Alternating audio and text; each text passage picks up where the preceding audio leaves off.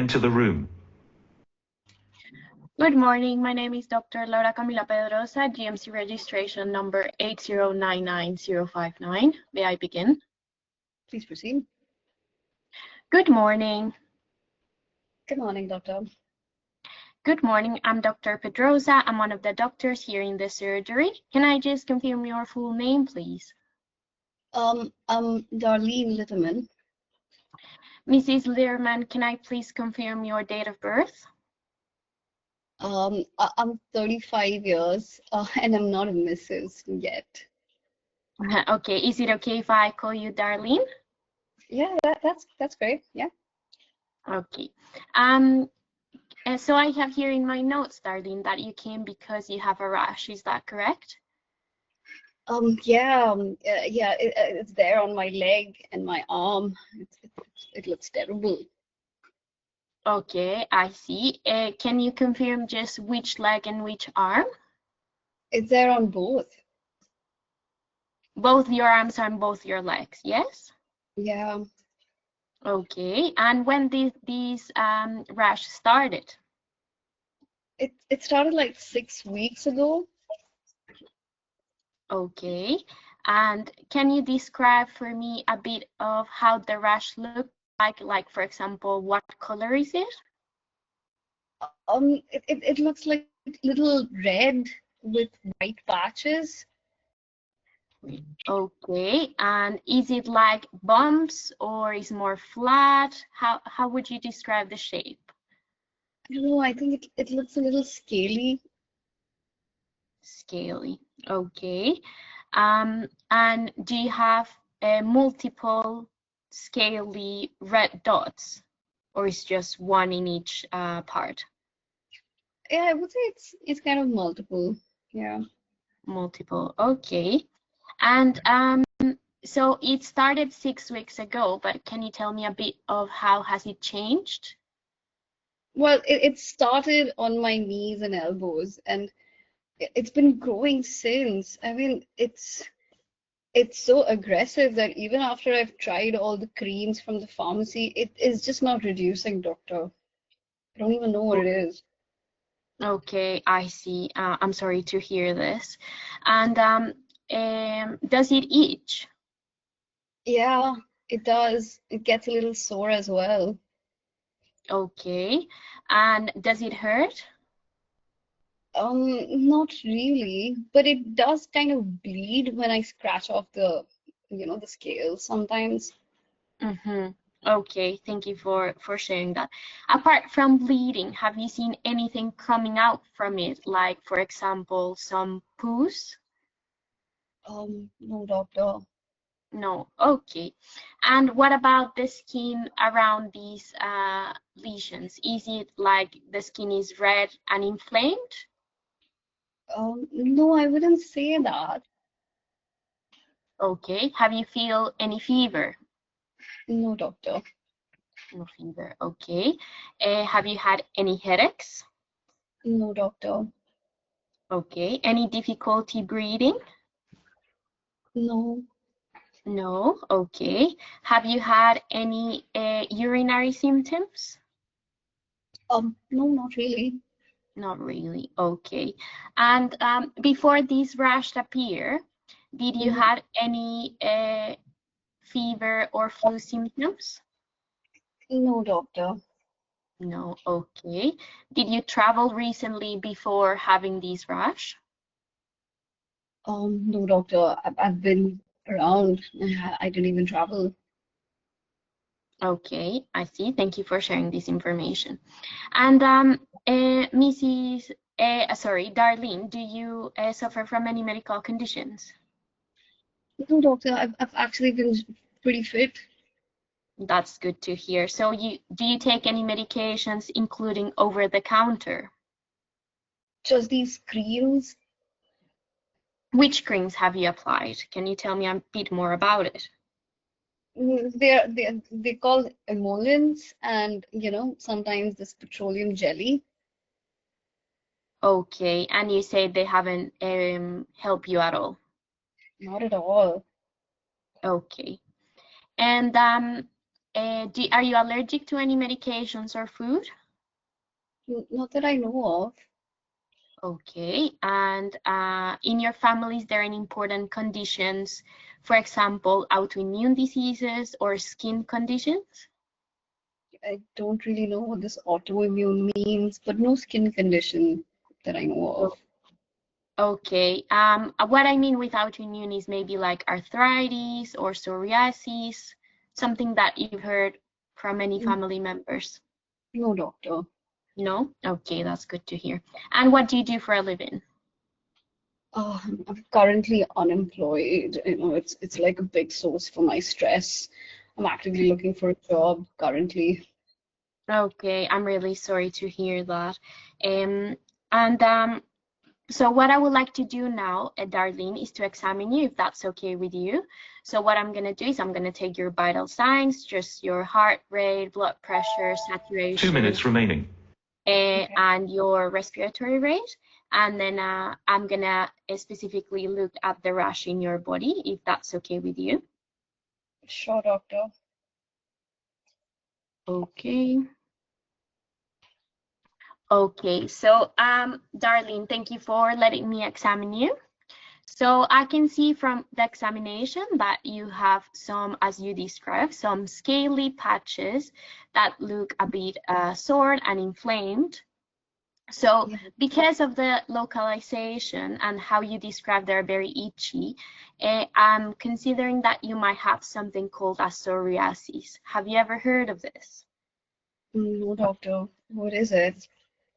So psoriasis is a skin condition in which the skin gets really inflamed, and that's why you have these conditions in your skin, these lesions in your skin. So what I would like to do is I'm gonna start a cream for you to apply. It's a steroid cream. So we're gonna apply it in the lesions. And then especially 2 times a day. And then I'm also gonna refer you to the dermatologist for to have a better look at the lesions. How do you feel about that? Yeah, sure, doctor. I mean, will it be cured? Is it contagious? It's not contagious, and it can be manageable with the creams, but I'm afraid it can reappear sometimes depending of some risk factors that you have. So what I'm going to do is I'm going to send you a leaflet for you to have more information about it. Move on to the next station. All right. Thank you so much, Dr. Laura. Good job. That's okay. Thank you. So, tell me, I just wanted to understand, how long into the conversation did you understand that it was psoriasis? I had when you said it was bleeding, when you scratched it, I had the suspicion. I thought like, yeah, it might be psoriasis. I'm pretty sure. But then, I don't know, I just continued like asking more questions. And then when I did the examination, I was like, yeah, it has to be. Also, when you mentioned the location, like it started in your elbows and knees, I was like, okay, it could be this. Awesome. Yes, absolutely. Yes. So also I wanted to understand. So, what are the different issues that you actually understood from this patient? I mean, you had a very nice, extensive history taking. Good job. And also, I want to warn you that your management only started by 2 minutes. You know? Yeah. So your examination only started by 2 minutes. So it took a lot of time for you to get to that point of explaining to the patient what this condition is. That's going to really affect you, because you need to understand data gathering consists of 4 marks, and then the rest of the 4 marks is management. So no matter how many questions you're going to keep asking, it's not going to add any more marks. It might just add a few point something, but you have 4 more marks to get in management. So as soon as you get your condition, move on, because even though you didn't ask a few questions which you might think might be relevant, but it's not going to add any more value to your data gathering. I mean, it's going to barely add any extra value. Instead, if you actually, went on to management and you could talk more there, you could get more marks relatively. Yeah, does that make sense? Yeah, it makes sense. I do have this issue because I feel like scared to move on from the questioning. But yes, I think you're right. I need to practice that a bit more. Absolutely, and we'll help you do that. Let's see how we can do that. So the other thing, so you asked a lot of good questions in data gathering. So what are the different issues that you actually understood from this patient? Well, I guess it was that she had tried to treat it with some creams, but it wasn't going away. Instead of it was going worse. Absolutely. Yeah. So I think that was like the main issue. I just remember from you asking that I didn't do the eyes. So yeah, I just remember like from the eyes, I didn't do the eyes. Yes, I forgot. The eyes is a very good tool to actually understand the underlying issues. So one of the issues that she had was, is this contagious? Right. So that's the other. Right. Now let's talk about the risk factors for psoriasis. So what do you know about the risk factors? Like, what do you think are the risk factors for psoriasis? Like, what are the questions you need to ask to understand why this is happening to this patient? What I know is, well, previous family history or other skin conditions or autoimmune conditions are also related to psoriasis. Yes, absolutely. Right. And others, what are the risk factors, the modifiable risk factors that you would want to, look into so that you can actually give her the, management plan accordingly? I think maybe dry skin is one of them. And I'm not sure if the sun is one of the risk factors. I don't remember. Yes, UV rays, yes, absolutely. It's actually both, UVB is actually treatment as well as it's actually a risk factor as well. Too much exposure can cause it. The other risk factors we have, this is an autoimmune condition, like you mentioned very correctly. And, the flare-ups can happen when the patient is stressed, right? When there is a history of alcohol intake, when there is history of smoking. These are all risk factors, modifiable risk factors that you're actually looking for. And a lot of drugs are also associated with, psoriasis as well, right? So you did ask about drug history, so you realize there's nothing there. And the non-modifiable ones are family history, so she doesn't have any family history. So but then what was the positive risk factor that you got? I guess she had stress because she didn't have any job, so she was very stressed about that. I didn't ask about smoking, so I don't know. Absolutely, that's all right. So, but then you actually managed to get the risk factor, so that's good. That's actually pretty good, right? So let's just have a little overview. Let's understand a little bit about this case, right? So good job on asking about taking the history of the lesion. One extra thing that you could have asked is, have you seen this lesion in any other part of your body? Did you come into contact with anybody to understand if it's a contagious one, right? But since you actually managed to understand, the fact that it bleeds once you remove the scales, that's actually a classical sign of psoriasis. Do you know what it's called? It has, I don't remember. No, it has a specific name, but I don't remember the sign, right? So, Auschwitz sign is one important thing that you have to look. Bleeds. It's like punctate bleeding. Like spots, tiny spots of bleeding. The other important phenomenon that happens is the Kobner's phenomenon. That means if you have like a trauma or a lesion, due to a trauma, the psoriasis appears in that area, right? There are a lot of other diseases also that happen with the same phenomenon. Some of them is molluscum contagiosum, and I'm spacing out on the other one. But yeah, so this is called the Kobner's phenomenon. So if you see that there is a recent lesion, the psoriasis will appear around that lesion, right? And the other complication, so once you understood that it was psoriasis, you need to understand what is the extent of the psoriasis. Is it actually affecting systemically? So a couple of other complications of psoriasis are uveitis. There can be psoriatic, arthritis. There can be severe nail disease, right? So you just want to ask a few questions around that. Have you been experiencing any joint pains? Because you asked questions regarding breathing and you asked about general unwellness, right? Yeah, So it was more about like rash in general, like red flags of rash, but not maybe directed to psoriasis. yeah. So yeah, I mean, once you did understand what if it was psoriasis, you could have asked a couple of other associated symptoms, that complications that it could lead to, right? And yes, examination, you also want to examine the eyes, the joints, and the nails also when it comes to psoriasis, to understand if it's actually throwing any complications. All right. So why does psoriasis happen? So it's an autoimmune condition where the skin grows too quickly and there is a buildup of thick dry patches covering a silvery white scale, right? So these scales can become sore and itchy. So basically the skin turnover is really fast in this condition, right? Mm-hmm.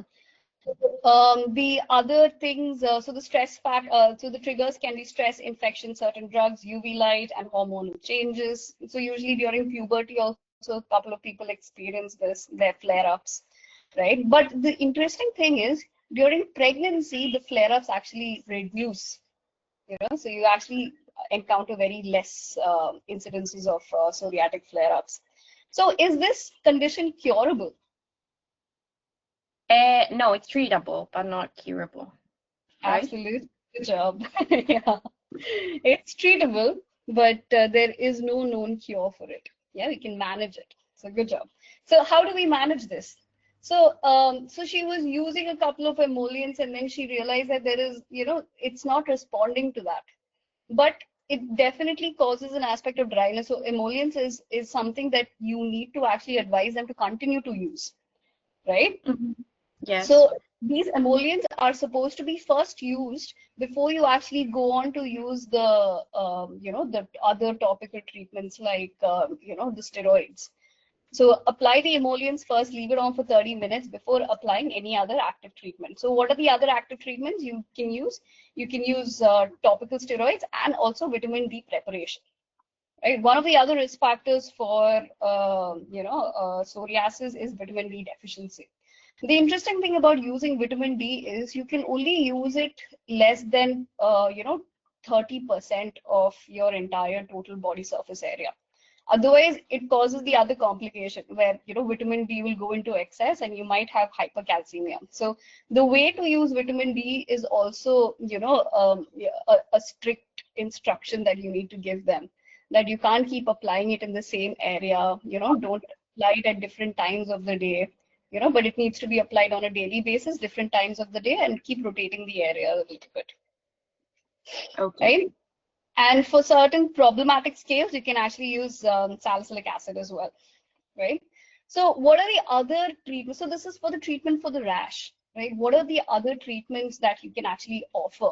You can recognize the triggers, by actually asking her to keep a trigger diary to understand which time, when does this flare up happen, to understand the pattern of the trigger, and accordingly give instructions on how to reduce those triggers, right? So some of the triggers can be, stress, which you can actually ask her, to, advise her on certain stress reducing activities like exercise, right? Joining supportive groups where she can talk about her condition, right? And since one of the problems that is causing her stress is the job availability, so you can actually direct her or give her some leaflets on Citizen Advisory Bureau, right? That can help her out in this process. Even though you're not actively saying that I'm going to give you a job, but you can say that you can try to avail help from them. They may actually have certain benefits or certain schemes that can work in your favor. Just some information that you might be able to provide, since that is a risk factor or a stress causing area in her life. All right. Certain advice on application: emollient should be applied liberally before other treatments. Steroids and vitamin D application once daily, but at different times.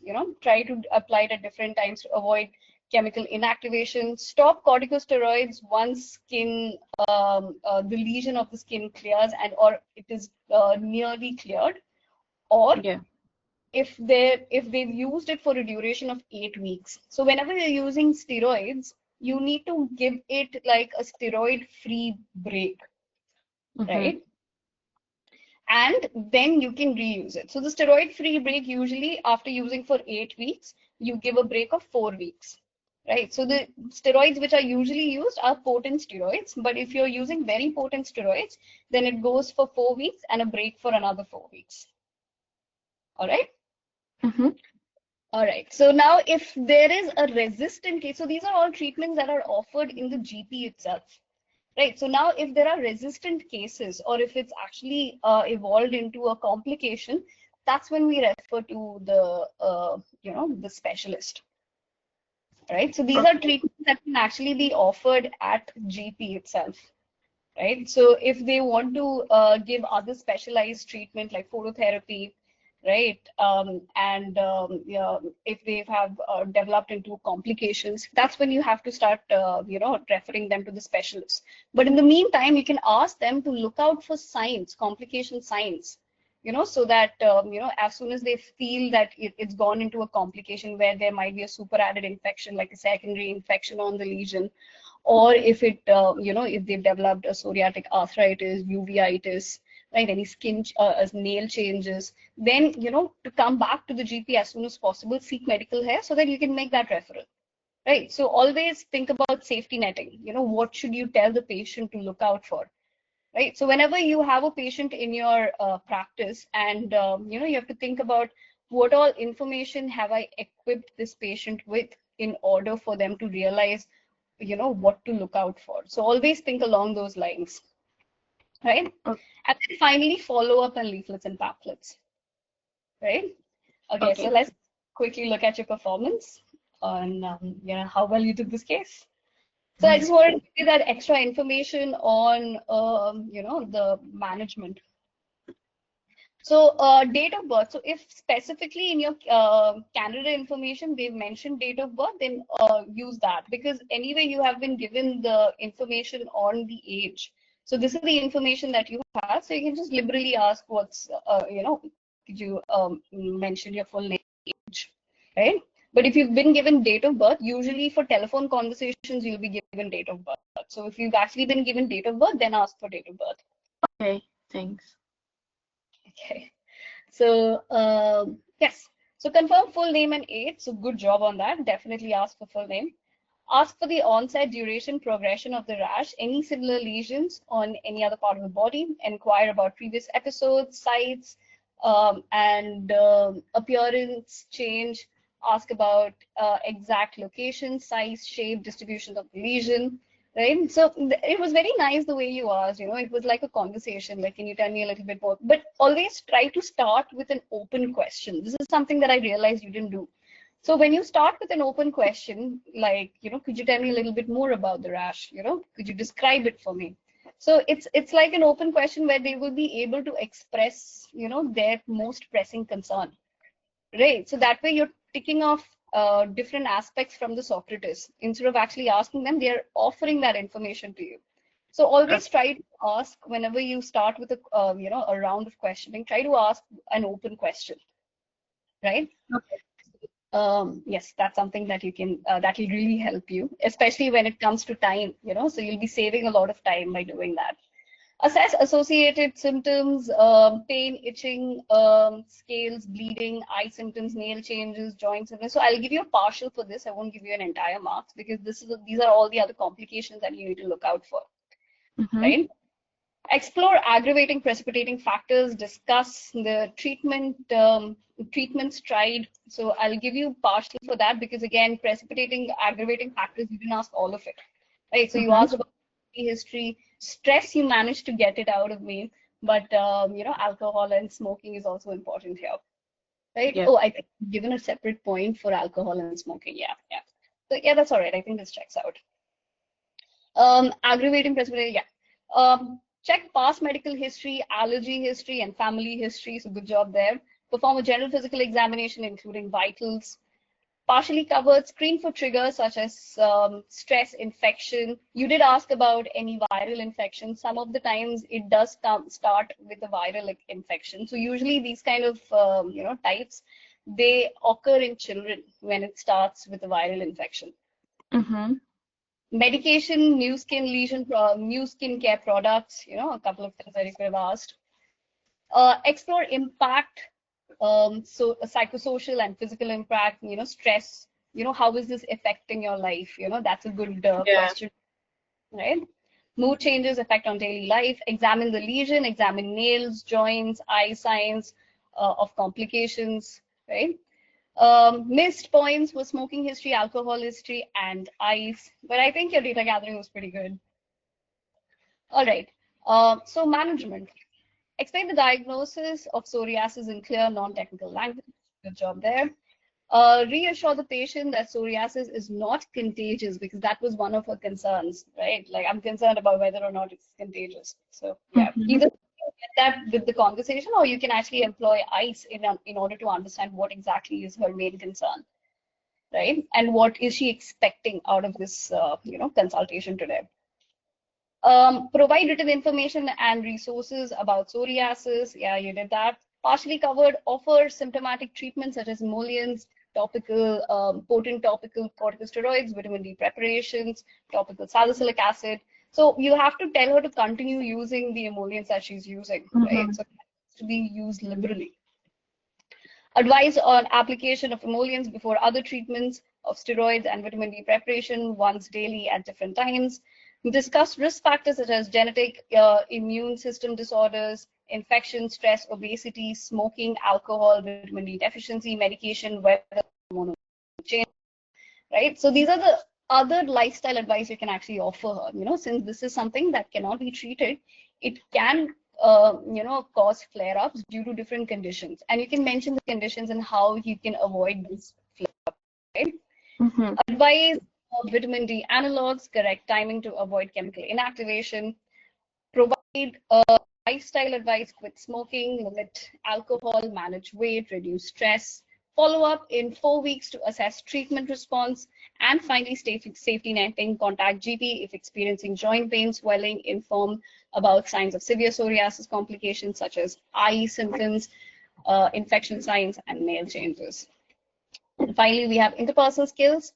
Ask open-ended questions and actively listen to the patient's concerns. So these are, open-ended questions, especially when you're moving from one domain to another. Like if you're starting with the Socrates, start asking about, could you tell me a little bit more about this rash? Could you describe it for me, right? If you're asking about the PMAF-TOSA, so you can always start with, how has this been affecting you? Could you tell me, how this has been affecting your daily life, So that's like an open question. So they'll talk about all the things that, has been actually affecting them, right? Yes.